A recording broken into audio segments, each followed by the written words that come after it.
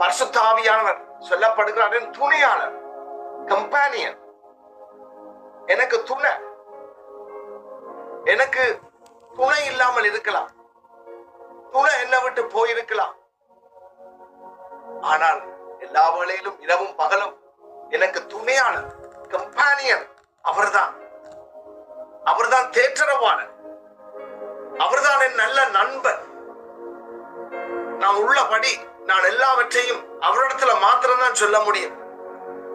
உண்மையான உலகத்துல நண்பர்களிடத்துல நாங்க சொல்லும் பொழுது சில வேளை அவங்க அனந்தங்களை தெரிஞ்ச குடும்பங்களுக்கு நாங்க சொல்லும் பொழுது, சில விசுவாசிகளுக்கு சொல்லும் பொழுது அவங்களுடைய நாங்கள் எது பலவீனமோ அதை மாத்திரம் அவங்க எடுத்துருவாங்க.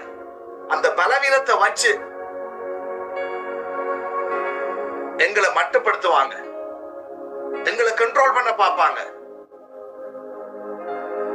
ஆனா நான் என்னுடைய உண்மையான நண்பரிடம், என் துணையாளரிடம், என் பரிசுத்த ஆவியானவரிடத்துல நான் எல்லாவற்றையும் ஊற்ற முடியும், எல்லாவற்றையும் சொல்ல முடியும் என்றால் அவர் அண்டர்ஸ்டாண்ட் பண்ணுவார், அவர் புரிந்து கொள்ளுவார்.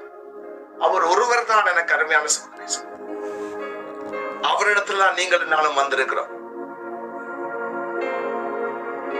அவர் எங்களுக்கு போதுமானவர்.